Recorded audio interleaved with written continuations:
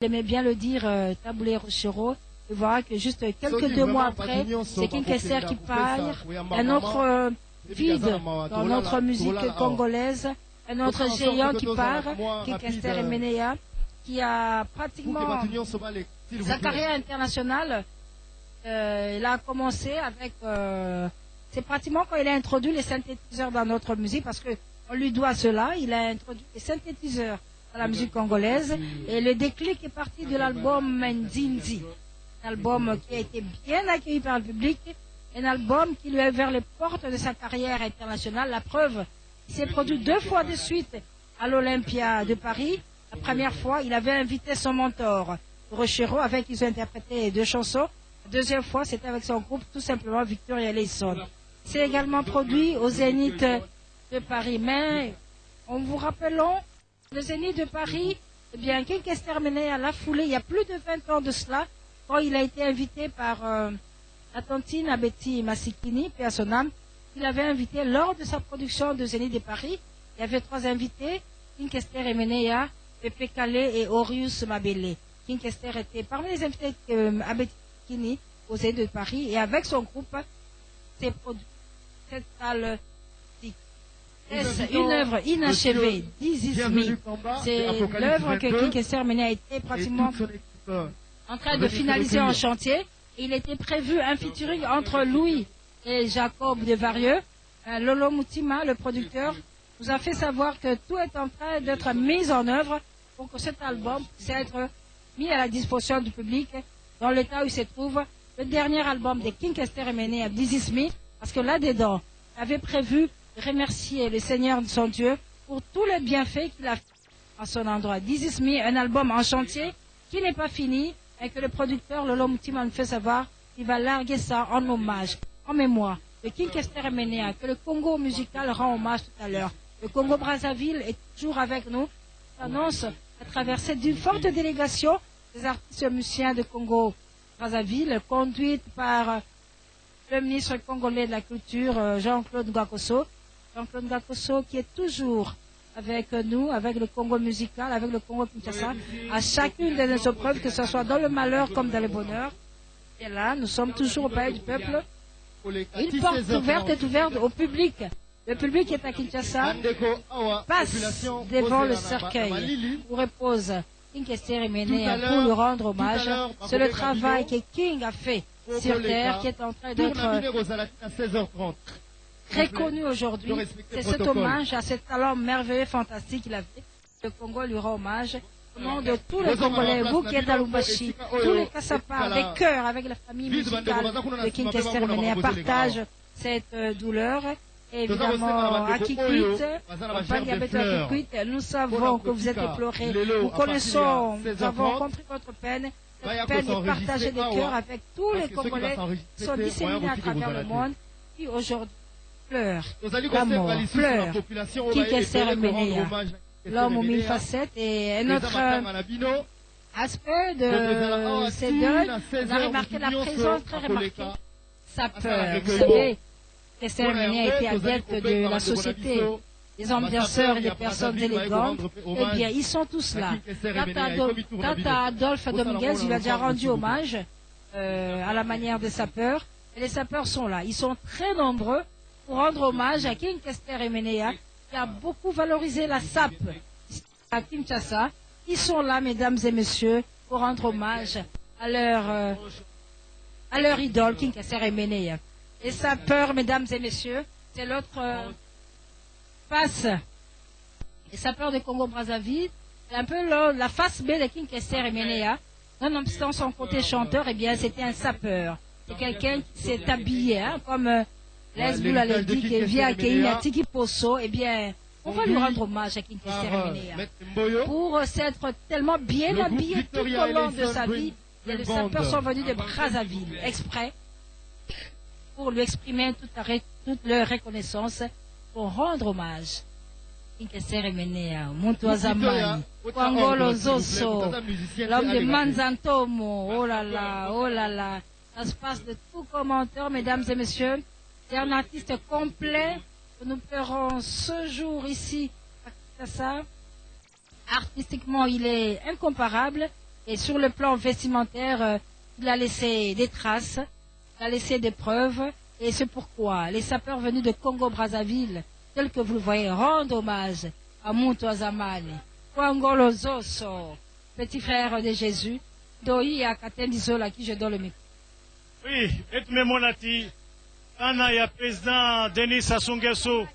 na kati ya Brazzaville, na tango ya ibaki na kwenda kutala ela nani ya seleka mamile la metubati président Sassou Nguesso yanike président ba saper na kati ya Afrique et de bana tiendi mosi yanike pe saper ouais yake mutinu na beto bazati atono mingi papa président Denis Sassou Nguesso ba saper ya Congo Brazza amekuiza baki na kututa na ntwala ya emene ya kwa mambu ami singe metumona asaperi ya Congo Brazza mekuiza. Atendi Congo Brazzaville ni mji ambao watu wanapenda kupaa, wanataka hao mingi sefa. Na rais wa nchi hiyo ni Denis Sassou Nguesso. Huyu ni mmoja presidenti wa saperi kwa Afrika nzima. Mabalio yake kila mtu anasemaka nona nyali vala wale meme nywele. Na ndingala bena na ngosuki. Balikuwa nakata nywele nyingine yuko neta Sassou Nguesso. Nikuonesha kama huyu rais ni mmoja pia anapenda usafi na anapenda kuvaa kama vile wasaperi wanakuwaka wanamlilia yeye. Kwa hii saa hii ni wasaperi wa Congo Brazzaville ambaye King Kesere Menea alikuwa mmoja vile saperi wa Congo Kinshasa pia Congo Brazzaville. Wao pia wanakuja kuonesha mapenzi na kuleta ombolezo katika familia ya Wakongomani, zaidi kwa wale wanakuwa wanapika muziki. Serika Denis Sassou Nguesso papa na Claudia saper ya nene na kati ya mtoto Afrika ni le president Mutendo bamekuza tupa bana Brazzaville bete pesa ba matondo modibango Jean Katendizola soki tozali kotala awa elinko lobaete okati ya magazini molato bosili pamba te molato moko mozali awa na basaper azali kotalisa kitendi okati ya nzoto sapato makolo basusu basimbi atali pakatole o maboko parapluie to pe parasoleil o maboko mabango ezali kotalisa lokola moto ya kei penza moto oyo ayebaki penza kolata malamu bande kwa biso ba ekola Congo Brazzaville bango pe bazali awa na bendele ya bango bazali kotalisa molato kasi lipakatole yango eza na ezipelite likolo ezali be banzete ya pamba etalisi ete ezali okati ya kobongisa basaper wana moto akokwea te kasi ezali nde etamboli ya basaper ota lokola moto akwei kasi akwei te balati na ndenge akosakana te bazali kokota okati ya sanduku ya King Kester Emenea ezali mpona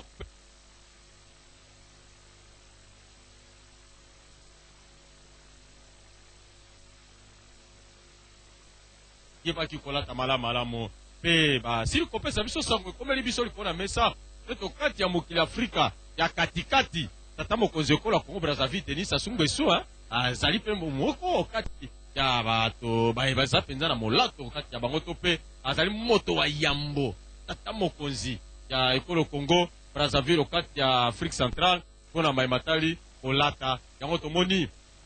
ndeko bauti okati ekolo Congo Brazzaville bango penza baye pe paike bazali kotambola awa na molato mwa bango okati ya nzoto tala lolenge kani tozali kolela King Emenea zembo ezali losambo ezali molato mozali pe ezali kotalisa lolenge ya misala ya ndenge na ndenge miye King Kester Emenea atari wani tiki biso atari wami asali misala ya ndenge na ndenge oyeleko ye azalaki na bomo na kati ya koyemba lolenge tobisaki bino zinga ya sanduku ya King Kester Emenea olonga na ya azali wana bana baye bazali pe bandeko bazali kokota mpona kopesa losako toko tozongi mwa nsima tomoni bamisala ya leta alekaki wana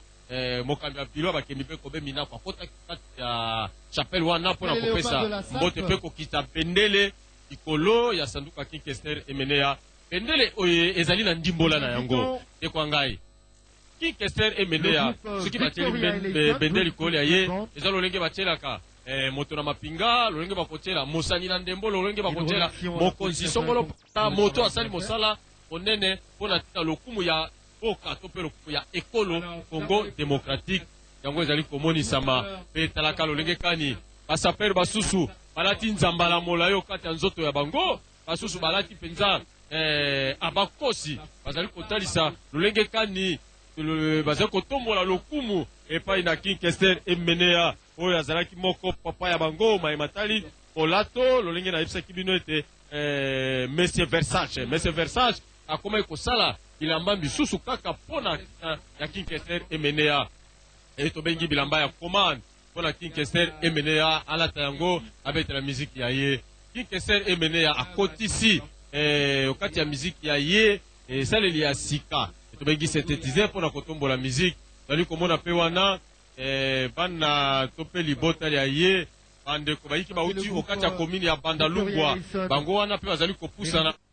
malembe mpona kokota kopesa King Kester mbote ya suka bauti okomini ya Bandalungwa tebete ndako King Kester asombelaki mama wa ye ezali okomine ya Bandalungwa esika wapi matanga mazalaki kosalema kasi lelo na bazalaki okomine ya Bandalungwa na bauti okati ya komi tuku mbaye mine yengba mokonzi Kinshasa bauti okati ya bituka bingumba ndenge na ndenge bikolo ya bapaya tosangani baso awa olobala ya palais du peuple epai wapi tokolela King Kester Emenea mikolo mibale naliko lelo mokoma poso lelo mokoma eyenga obongo osima ya nzanga ya bakotombola nzoto ya King Kester Emenea kwekende kopema omalita ma necropole ya Ntsele wana epai wapi bakokunda ye pesika bazali kolobete ba musicien ya King Kester Emenea bango wana baza kolela papa otiki Victoria papa Victoria Eleison etikali ezali mpasi ezali kolela oyo balanga nzembo ya Victoria Eleison bazali kolela ntango bakoti okati ya chapelle mpona kopesa mbote ya suka epai na papa ya bango King Kester Emenea oyebete soko papa azali kokamba bana ntango eye posa ya papa kati na bana esili te me papa azali lisusu te bana basusu babengamaka bana etike bana misusu bazangi baboti lokola bana ya Victoria Eleison bazangi papa ya bango King Kester Emenea tala lolenge bazali kolela bandeko soko za kotala pasi soko za kotala mawa penza tala ndenge bayembi ya Victoria Eleison babungisi papa ya bango pe bazali kolela wana bazali kokende kopesa mbote ya suka King Kester Emenea papa ya bana King Kester Emenea apesi malakisi na bayembi baike penza batomboli pe misalami ya bango baike bayembi King Kester Emenea lelo pe batika miziki kasi esika tosangani awa tolela kilo biloleki papa Tabulei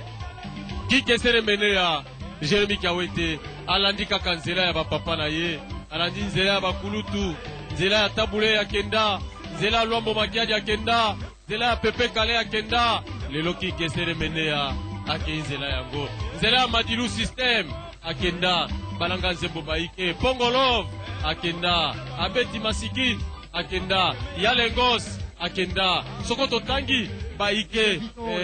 basusu kutu tokobanda kotanga sima kasi lelo King Kester Emenea alandi nzela ya bango utomi azomi na misato sanza ibale King Kester Emenea aza suna bomoi te nde nzoto aye uti okati ngumba Paris ekolo ya France ekindi lelo awakati mwa mokonzi Kinshasa epai wapi tozali kolela King Kester Emenea kasi King Kester Emenea kati ya banzembo aye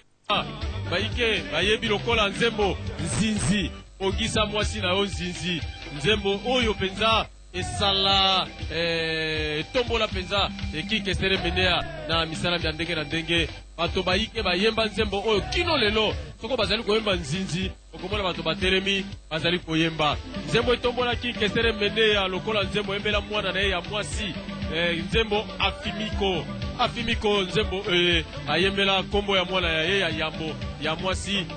tombola pe miziki ya King Kester Emenea nzembo etombola King Kester lelo cigarette bateko bazali koyemba cigarette okati ya nzembo ya cigarette ata kopeliwa Kester ayembaka yango toza kotalisa pasi ezwi bakongolais mpona kolela alanga nzembo monene King Kester Emenea Luison Amisi King Kester Emenea azali te okobakisa na pesi lobele pa ya Jacques Atedizola yepeli susu azali kolobisa biso mayebiso tolobi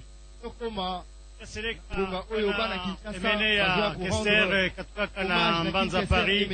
asi chroniqueur ya nkaka musique ke na Bruxelles na nkumbu ya Lumba Bao etubati na nkumbu bao nyonso ba chroniqueur ya musique na kati ya mtoto mputu matono mingi na gouvernement ya République démocratique du Congo na mutu na mekuza sala yonso samuti kidilu ya emene ya Kester ya kuza voile na mutu mosi mbote au na kati ya Palais du Peuple matono mingi Lumba Bao kasi yabeto pangi gode ngeme voite pe sapere ya nkaka pamba ve kazaka na ngeke ya ndombe ke ya mpembe ngeme mwana basapere ya Congo Brazza yake mutili mosi ya mbote nini ngele na tuba na batatu udine franga we dini franga bwalo njuma ku komande onde Tour Eiffel jini shanikila bwase munwemu kamwene mushindi muji munyanguka bwalo bwase uchitalo cha Kester MNA kujiba punyi badibika la bapita okaji kupita kulibera mbukalenga bwajitunga Andre Kimbuta yango gouverneur ujua chimenga cha Kinshasa pamoni wa province wa Bandundu Jean Kamisendu kutuka